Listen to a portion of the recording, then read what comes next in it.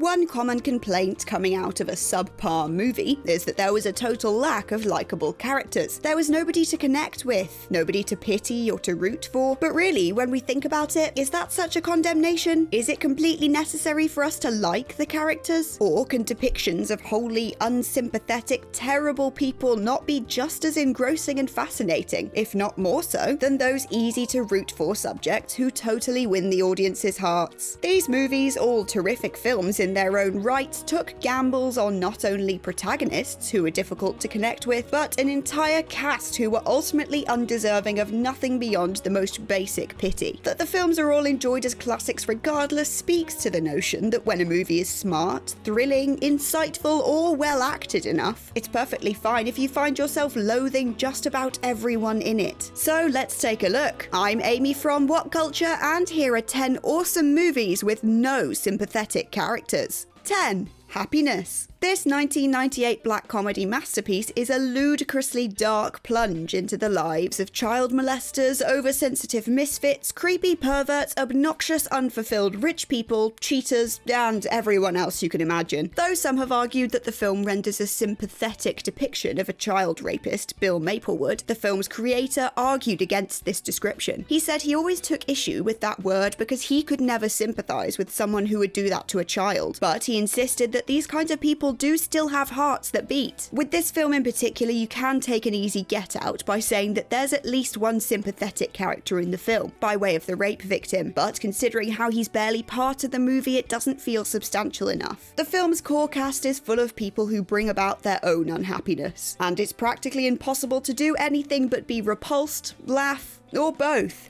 9. Goodfellas. Martin Scorsese has made a literal art form out of making murderers, psychopaths, and all-around assholes charming and likable. But that doesn't mean we're sympathetic when the house of cards inevitably comes crashing down. Goodfellas is one of the greatest crime thrillers ever made, but because almost every single person on screen willingly involves themselves in the life of crime depicted, it's hard to pity them too much when it all goes wrong. Protagonist Henry Hill's wife Karen certainly doesn't get a free pass. She's seduced by the money and the glamour of the mobster's wife lifestyle, and therefore is totally complicit in its fallout. The best argument for a sympathetic character is probably Spider, but considering he works at a mob bar, returns to work after Tommy DeVito shoots him in the foot, and then badmouths the guy knowing his violent temper, doesn't it kind of mean he was asking for it? So no, he doesn't count. 8. The Blair Witch Project. Though The Blair Witch Project is an undeniable horror classic, one of its more divisive elements is its depiction of filmmaker protagonists Heather, Mike, and Josh. Heather's obnoxious film student attitude and her relentless screeching when things go south quickly makes her more grating and annoying than someone to feel bad for. Mike and Josh play second fiddle to Heather and aren't quite as irritating, but it's still tough to sit through their rambling and moaning at times, and it's especially infuriating when Mike loses the map. Honestly, you wouldn't be blamed for rooting for the Blair Witch by the end of this movie. The fact that it's still such an effective film, in spite of the characters who don't exactly endear themselves to the audiences, makes it even more staggering an achievement. 7. Nightcrawler.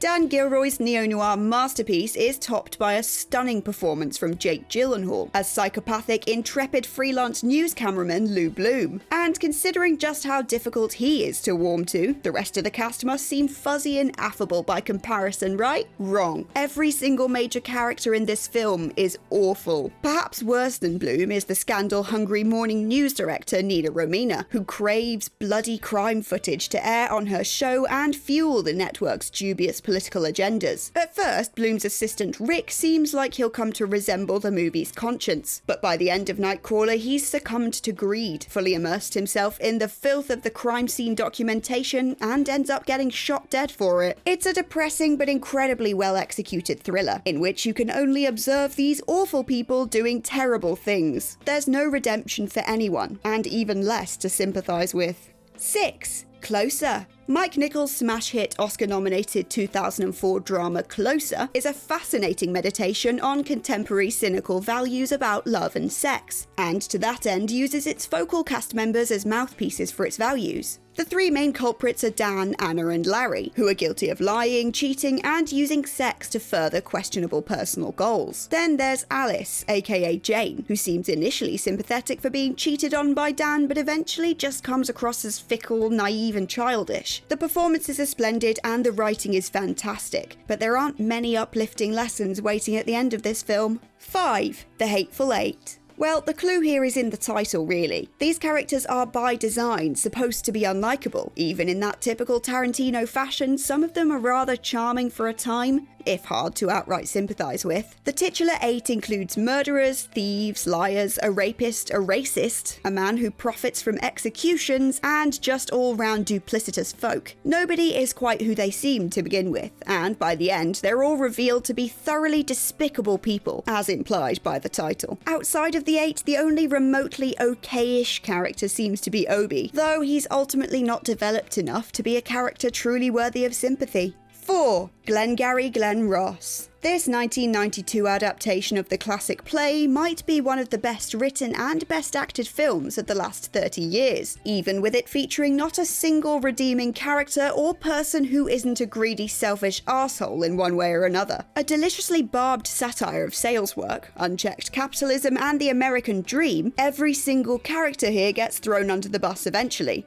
and even the poor real estate purchasers duped by the desperate sales tactics ultimately seem more gullible than unfortunate. There's certainly plenty of charm to go around. Alec Baldwin's mid-film show-stealing speech is a work of Oscar-worthy beauty, but the characters bring their depressing fates upon themselves, and there's nothing but mocking pity for them all. 3. Burn After Reading. The Coen brothers' outrageous satire of modern espionage and middle-class America is one of their most agreeably off-the-wall efforts, in a large part thanks to the outstanding ensemble cast who all agree to throw their vanity aside and play truly terrible people, only for our own sick amusement when things inevitably go awry for them. There is not a single selfless or personable human being in this entire movie. They're cheaters, pathetically paranoid, embarrassingly narcissistic, terrifyingly unhinged, or in the case of Brad Pitt's Chad Feldheimer, just a total douchebag beyond compare. And I mean, he ends up getting shot in the face for his troubles. The only remotely sympathetic candidate is the sweet gym manager Ted, but eventually he loses that privilege when he relentlessly pursues Frances McDormand's character and becomes a little bit creepy. 2.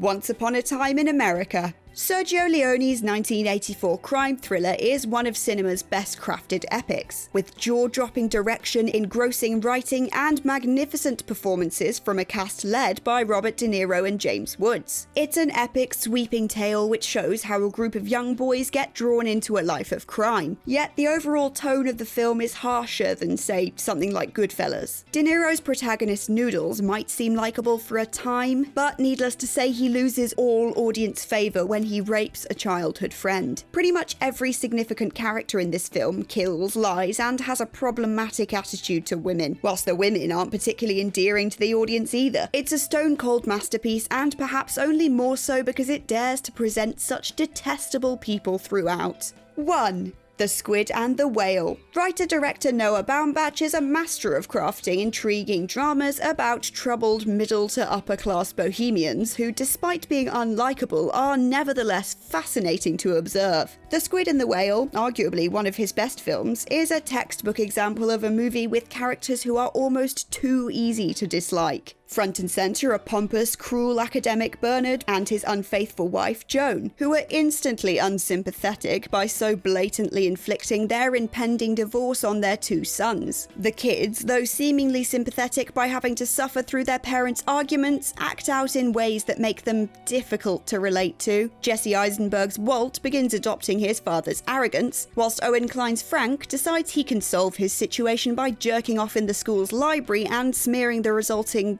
emission on some nearby books.